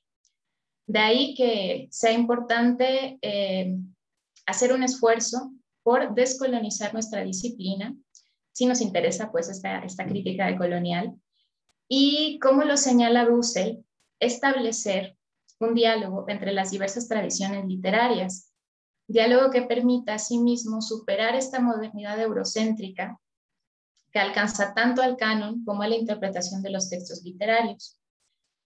Para concluir esta reflexión que vengo planteando, creo que sería importante incluir un ejemplo, bueno, de manera no tan profunda, claro, esto se tendría que profundizar, de cómo la colonialidad del saber se presenta de forma específica dentro de un campo de los estudios literarios, y esbozar muy brevemente de qué manera podría llevarse a cabo el diálogo transmoderno. Me voy a referir a la literatura medieval hispánica y a los estudios de literatura medieval hispánica que, bueno, provienen de la tradición de las filologías nacionales surgidas en el siglo XIX, y que es ese paradigma decimonónico el que todavía prevalece hoy en la mayoría de los casos, que para el estudio específico de esta literatura se traduce, creo que Jimena lo sabe muy bien, en la predominancia de un espíritu castellano, cuyos orígenes pueden rastrearse hasta las últimas décadas del siglo XV, cuando los reyes católicos logran finalmente afianzar un proyecto unificador nacional signado por la lengua castellana y la religión católica. La lengua castellana se impone entonces por encima del resto de las lenguas habladas en la península, las otras lenguas romances y el árabe, y el mito de la Reconquista se afianza como verdad universal, colocando la historia cristiano-visigoda como la historia auténtica de la nación española, negando la presencia musulmana de 8 siglos, la judía de más de un milenio y borrando la memoria del mosaico multiétnico y plurilingüístico que fue el medievo hispánico. De acuerdo con este universalismo, los hispanistas nos hemos dedicado a estudiar casi exclusivamente la literatura castellana medieval. Durante décadas, a estos textos se les aisló del contexto multicultural en el cual se generaron. Por un lado, el hispanismo se ha negado a reconocer, incluso después del hallazgo hace ya 80 años, casi 80 años, de las jarchas mozárabes que desbancaron al poema de Mío Cid como el primer texto conocido de la literatura española, y nos colocaron frente a la realidad de otra lengua romance hablada en el territorio de Al-Andalus. Por otro lado, si bien los textos castellanos aparecen en el ámbito cristiano y dan cuenta del mismo, ya se ha visto que sus fuentes y sus referentes no se limitan a las tradiciones latina y bíblica, sino que recuperan en repetidas ocasiones elementos de las tradiciones árabes y orientales. Bastaría aquí recordar el magnífico trabajo de traducción y compilación de obras, tanto occidentales como orientales, realizado en la corte de Alfonso X el Sabio, donde colaboraron eruditos cristianos, árabes y judíos que conocían las lenguas romances, las lenguas semíticas, el griego y el latín. Concluyo. En nuestra búsqueda de la transmodernidad literaria, no estaría mal que los filólogos que estudiamos la literatura medieval hispánica tomáramos a la Escuela de Traductores de Toledo como ejemplo. Hay algunos investigadores que más recientemente nos han marcado la senda. Bueno, ni tan recientemente. Entre los más destacables hay que recordar a Américo Castro, que no se cansó de señalar la importancia que para la constitución de la tradición literaria española tuvieron las culturas árabe y judía. Y al continuador de su trabajo, Francisco Márquez Villanueva, quien se dedicó con ahínco al estudio de lo que se ha denominado el problema morisco y el problema converso en la literatura hispánica, los cuales surgen precisamente en el contexto de la temprana modernidad, donde la colonialidad se gesta. También podemos mencionar las investigaciones de hispanoarabistas como Luce López Varal, quien ha puesto de relieve la presencia de elementos musulmanes en la literatura de místicos españoles como San Juan de la Cruz. Aunque puede decirse que en los trabajos de estos autores ya se encuentra en germen el proyecto de la transmodernidad, no alcanzamos a vislumbrar todavía con claridad un conjunto de investigaciones sobre la literatura medieval hispánica cuyos marcos de referencia estén sustentados por un paradigma decolonial. Esperamos no solo verlo, sino poder contribuir al mismo en los años que vienen. Muchas gracias. Muchas gracias a la doctora Ilse por por este obligado cuestionamiento que nos hace a quienes nos dedicamos a la literatura, pero como ella misma lo insinuó, pues no afecta, digamos, nada más a quienes nos dedicamos a la literatura, ¿no? Es replantear nuestras disciplinas en función de una mirada diferente, ¿no? Entonces, muchísimas gracias a la doctora Ilse. Al ratito damos pie a las preguntas. Voy a leer la semblanza de nuestra última invitada de esta mesa, que pertenece a nuestra maestría, además. Arely Alicia Valdés Rodríguez es licenciada en Letras por la Universidad Autónoma de Aguascalientes, de Zacatecas, Francisco García Salinas, Fue beneficiaria del programa Estímulos a la Creación y Desarrollo Artístico del Estado de Zacatecas de la emisión 2015-2016 en el área de narrativa. Es autora de la colección de cuentos Playlist para Extravío, su primer libro. Participó en el anuario Gato Rex. Formó parte del primer diplomado virtual de creación literaria organizado por el Instituto Nacional de Bellas Artes y Literatura y la Coordinación Nacional de Literatura.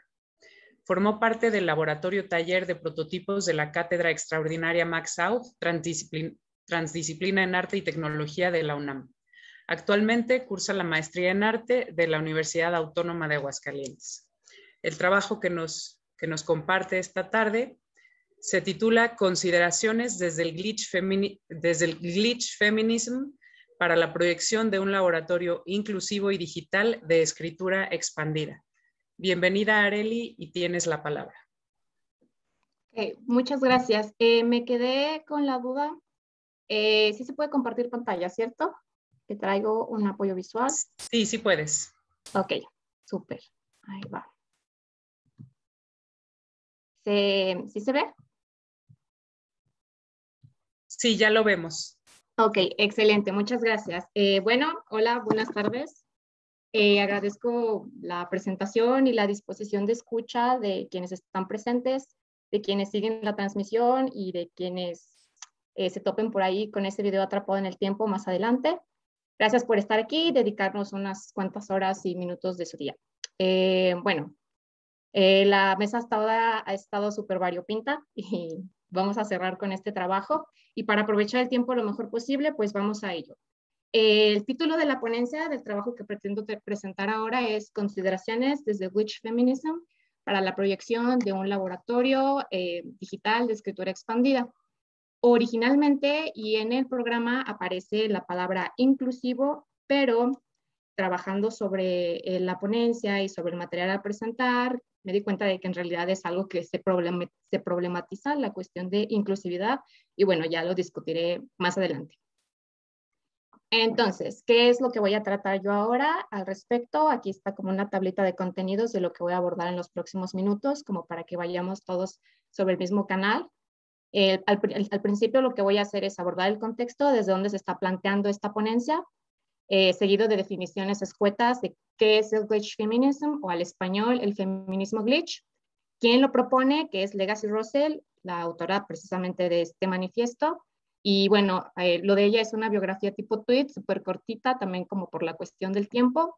Así también luego se van a tomar un par de conceptos que son necesarios para comprender su postura y también para comprender desde dónde se está haciendo esta aproximación que propongo, así como luego la que escojo de todas las que hace, que es la del glitch como virus, y finalmente, pues, cómo aplico esto a la noción de espacio. Ok, al respecto del contexto, me parece sumamente necesario apuntar que lo presente es un ejercicio de análisis derivado de mi proyecto profesionalizante de la maestría. Me interesa generar un laboratorio de escrituras extendidas en el dominio de lo digital, que también suelen conocerse como literatura electrónica.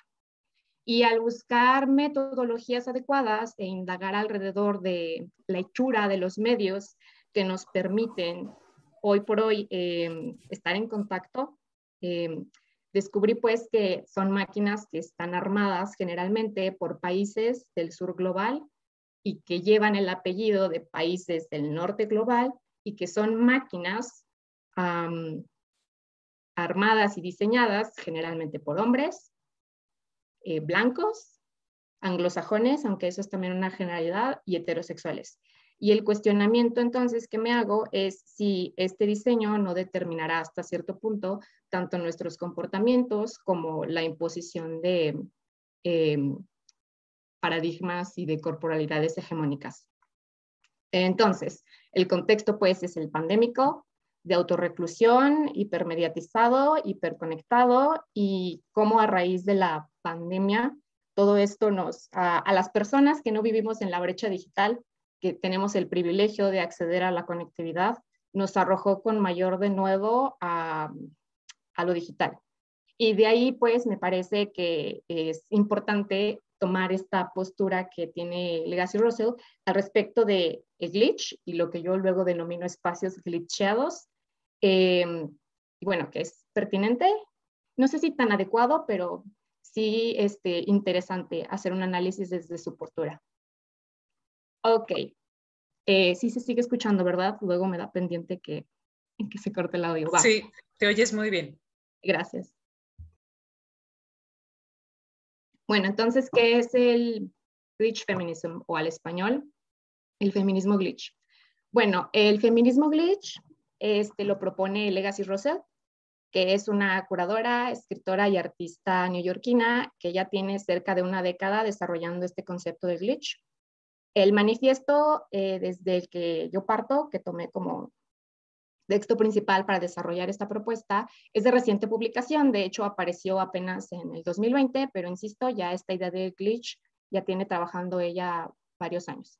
Además, de esta cuestión del glitch, su trabajo se enfoca en el performance, en el digital self-dom, en el internet idolatry y en el new media rituals.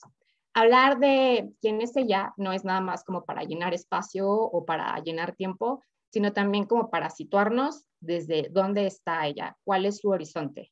Entonces tenemos que es una mujer americana, es una mujer negra, es queer, es alfabetizada y evidentemente con acceso a todas las tecnologías y conocimientos de los que abreva para poder hacer su planteamiento del feminismo glitch.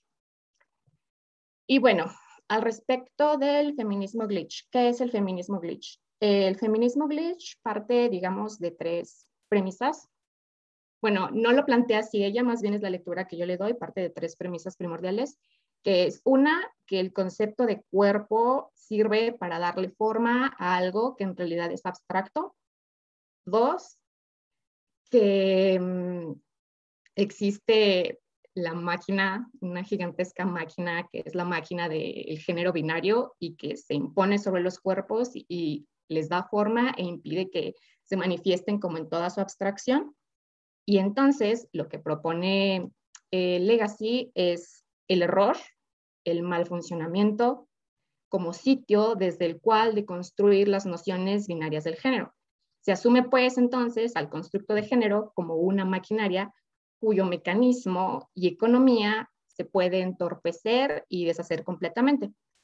Me parece necesario apuntar que la propuesta de Legacy no surge con intenciones salvadoras ni resolutivas al interior del feminismo, sino como una nueva postura y relativamente nueva, porque, insisto, tiene ya una década, que gira alrededor del error como una analogía, como una metáfora, del quiebre y la ruptura y de lo roto como una actitud para resistir al etiquetado que puede servir para comprender a las corporalidades, pero que cuando se subsume por el sistema capitalista está al servicio del mercado y no de la diversidad de corporalidades.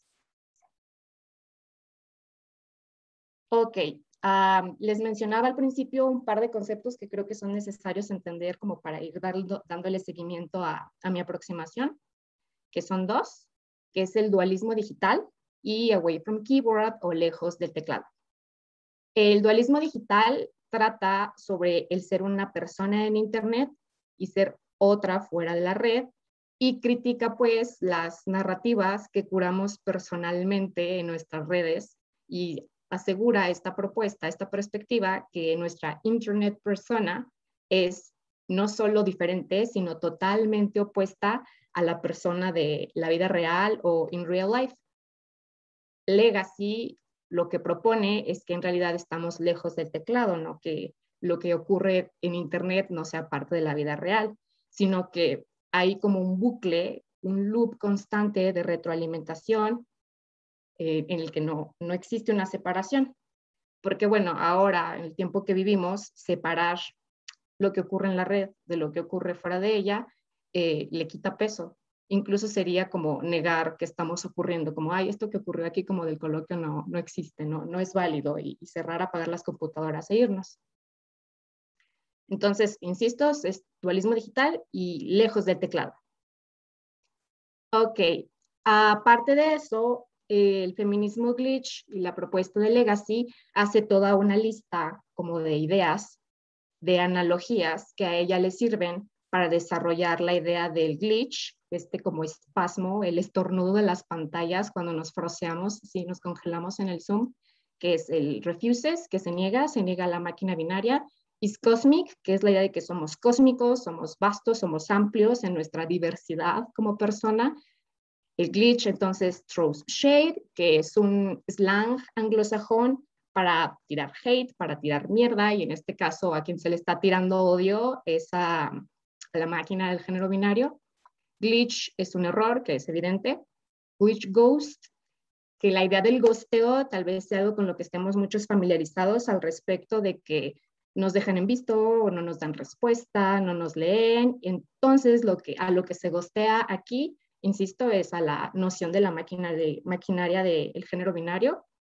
El glitch encripta, el glitch es un anticuerpo, el glitch es piel, el glitch es virus, que es la idea con la que yo me quedo, que le interesa a mi propuesta. El glitch se moviliza, el glitch es un remix y el glitch sobrevive.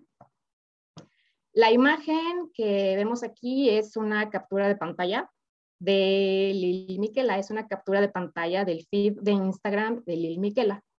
Lil Miquela es una inteligencia artificial que se comporta como influencer de redes sociales y que en últimas fechas ha estado discutiendo su propia corporalidad después de que se enterara de que es un programa que funciona a través de muchas cosas, pero también de recuerdos implantados.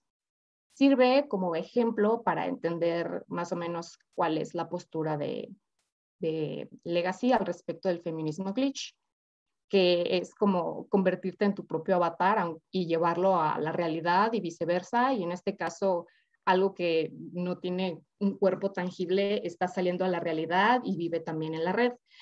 Aquí en la cuestión de Lil Miquela entran en discusión otro montón de temáticas, por ejemplo, al respecto del uso y de la ética de las inteligencias artificiales, pero bueno, eso ya es como harina de otro costal. Entonces, como ya les iba diciendo, estas dos nociones las aplico yo a lo que me interesa, que es la generación de un espacio glitcheado.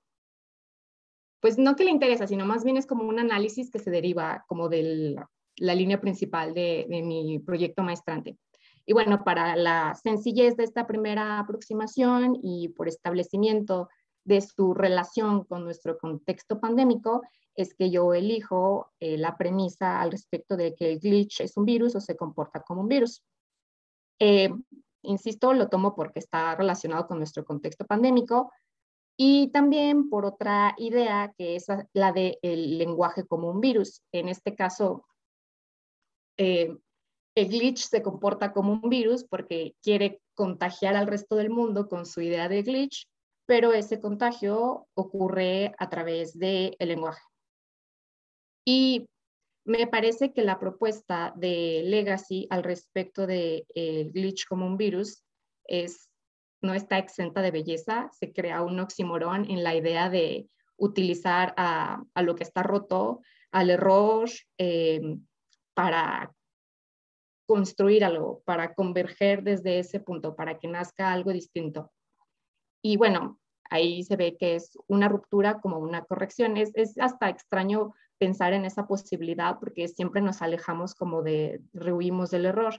Entonces, con la propuesta del glitch como virus, se trae a la estética del error y no ya como un parte de algo orgánico que nos ocurre a todos en nuestros procesos, sino, insisto, como un sitio desde el cual puedan converger todas las corporalidades no hegemónicas. Y por otra parte, también, como ya les decía, me recordó a esto que propuso un hombre, y tal vez ahí me esté poniendo yo de pechito y sea cuestionable, que es William Burroughs, que fue un escritor americano experimental, que lo traigo yo a colación y que me parece que encaja desde cierto ángulo con la postura de Legacy, porque él probó y atentó con estructuras desestabilizadoras y aunque él temáticamente se movía al interior de cuestiones y términos como de drogas y junkies y contagio de enfermedades, encaja con esta noción de legacy, porque ambas posturas se mueven al interior de deshacer los sentidos convencionales de estructuras lineales, aprendidas, impuestas, ya sea por un canon, o ya sea por la decencia, o ya sea por el constructo binario. Entonces, estas dos ideas yo las sumo y las aterrizo que me interesan en la construcción del espacio. Y me lleva pues a pensar que nuestros espacios están atravesados por el lenguaje, sobre todo recordando que vivimos ahora en la reclusión, en el aislamiento. Y bueno, es necesario aclarar un par de puntos, que es uno, está atravesado el lenguaje en nuestros espacios porque requerimos del lenguaje, del metalenguaje de programación que sostiene a todas nuestras plataformas, a las plataformas digitales.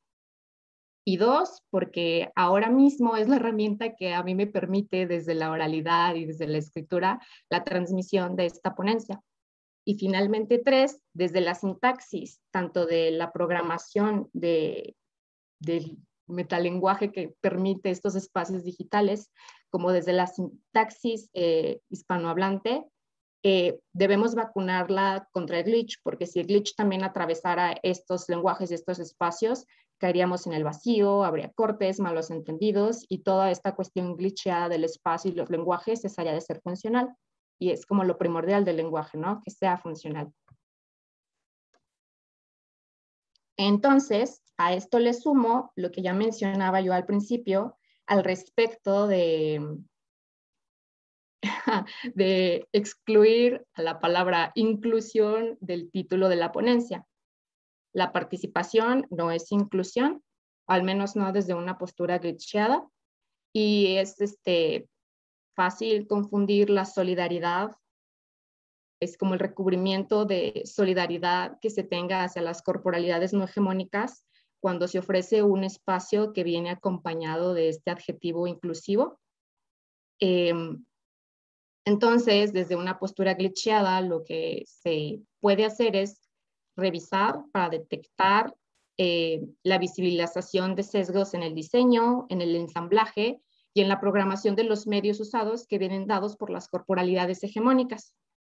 Desde una postura glitcheada, se señalan estos sesgos y se usan y se encarnan en favor de una errata que colabore en la desarticulación de constructos binarios enseñados sobre los cuerpos. Pongo aquí el iconito de Twitter porque recientemente se dieron los resultados de un concurso que convocó Twitter para programadores. El concurso consistía en que le ayudaran a Twitter estos programadores a averiguar si había o no había sesgo en su programación a raíz de que un usuario señaló, creo que el año pasado, que el programa que te ayuda a detectar rostros en las fotos de perfil que uno sube en la plataforma de Twitter, tenía preferencias hacia ciertos rostros, y entonces entraron los programadores a averiguar si era cierto o no era cierto, o qué otro tipo de preferencias podían existir. Y bueno, los resultados arrojaron que sí, en efecto, el algoritmo de Twitter prefiere los rostros blancos, jóvenes y femeninos. Y otro de los premios que se llevaron estos programadores, uno de estos programadores, fue que el algoritmo también prefiere las grafías latinas sobre, por ejemplo, el árabe.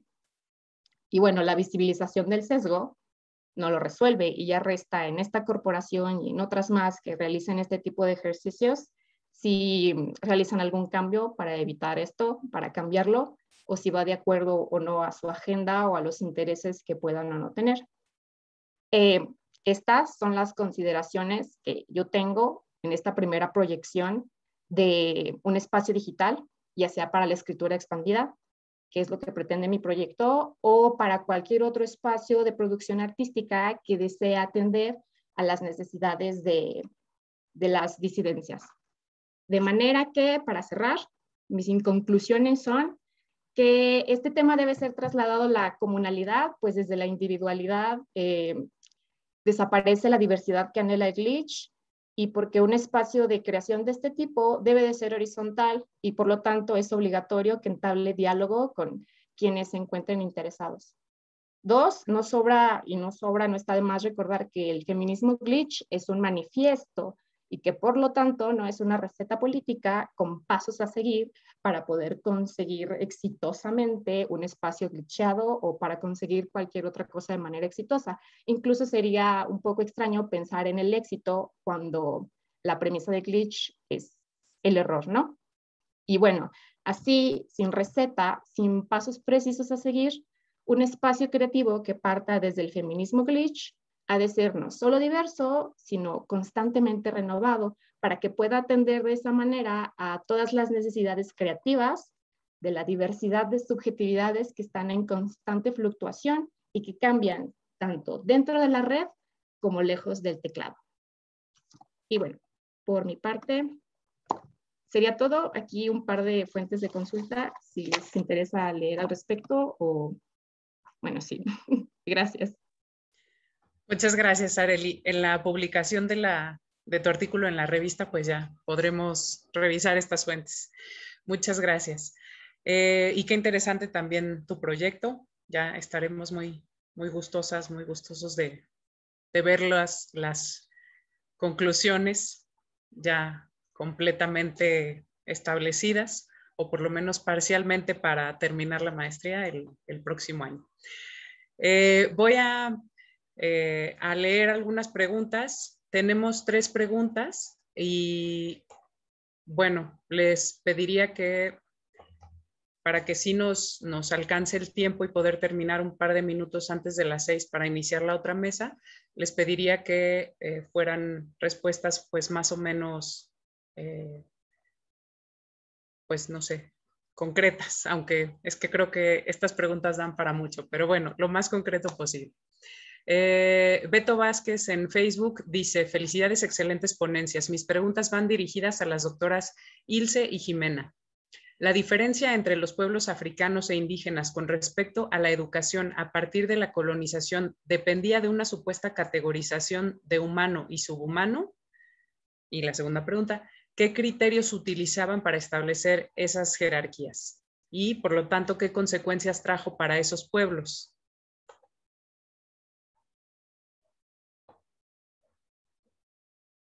Ilse y Jimena, quien guste.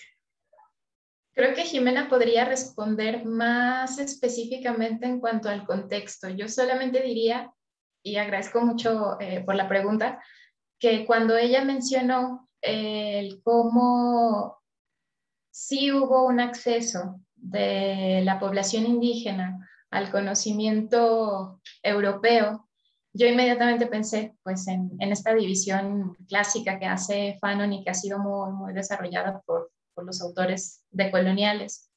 Y pensé en cómo, bueno, Jimena citaba al final de su ponencia a Césaire, y creo que él es muy crítico con respecto a cómo la educación siempre se le dio a los colonizados para que se civilizaran, ¿no? Para que dejaran la ignorancia, dejaran la barbarie. Entonces, pues, eso es lo que me viene ahora a la mente. Creo que Jimena puede completarlo muy bien. Ay, pues no lo sé, espero que sí.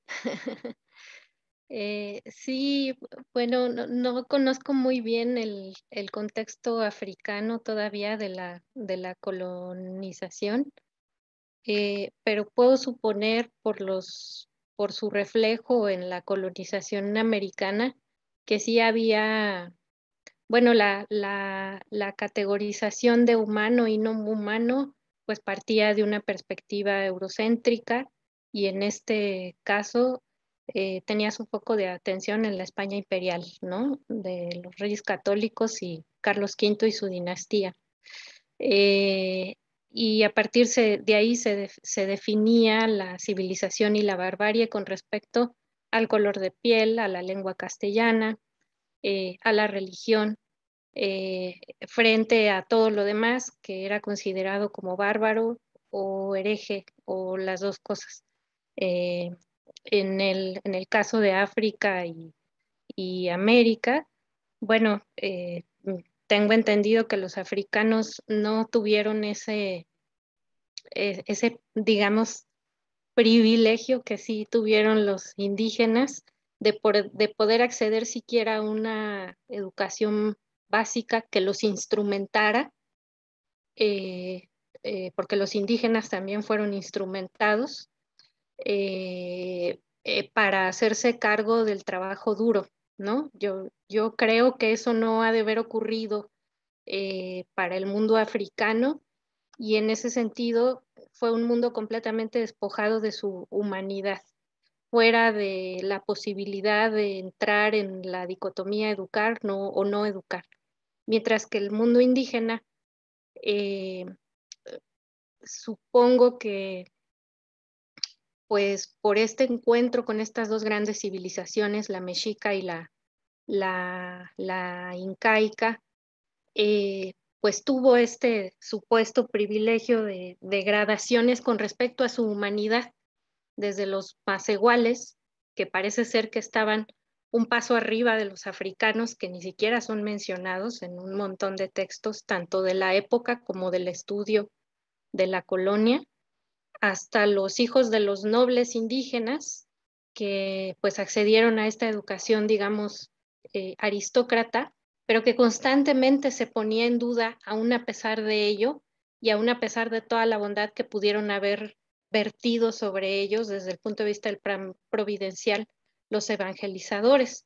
Y tan es así que a partir del siglo XVII el proyecto educativo indígena se disolvió completamente, se usaron los manuales gramaticales y de didáctica de las lenguas indígenas para conocimiento de los peninsulares y de los criollos, y estos supuestos privilegios de los que gozaron en el siglo XVI, estas clases altas de las sociedades indígenas o de las sociedades originarias en la Nueva España, se derrumbaron y constantemente se seguía, como ahora yo digo, poniendo en duda su calidad de seres humanos, ¿no? O sea, la idea de la educación durante el siglo XVI fue ni siquiera yo diría una utopía, algo que estuvo en constante reflexión por parte de los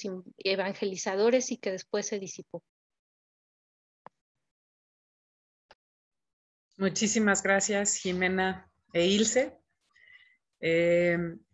Pregunta Raquel para Arely. ¿Qué distancia crítica pones en tu propio proyecto al problema de un discurso hegemónico en este tratamiento que evidentemente es muy anglosajón respecto a territorios latinoamericanos? Ahí sí, incluso yo cuando preparaba el trabajo, me cuestionaba a mí misma que puede el hecho de que tome esto, que es como de una americana, de una estadounidense, puede leerse como una especie de colonialismo y de neocolonialismo hacia las prácticas artísticas latinoamericanas o mexicanas. Entonces, en este momento, como ejercicio primero incipiente, estoy todavía como súper sumida en descolonializarme a mí misma como de la práctica americana que lleva Legacy Russell, y no creo que tenga yo en este momento, insisto, como una distancia crítica como para separarme de ello. Y sobre todo yo creo que me lleva mucho el entusiasmo, me mueve demasiado y es un impedimento.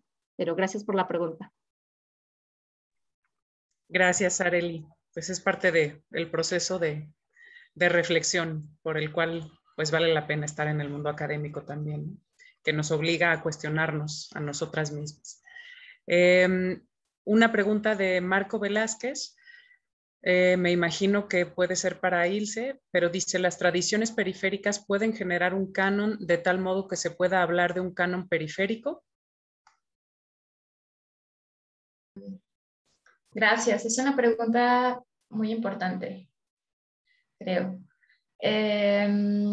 Bueno, desde el punto de vista, por ejemplo, de Walter Miñolo, que me parece que se acerca mucho en ciertos puntos a la propuesta de Dussel, él dice que pues tendríamos que hablar más bien de diferentes cánones, ¿no?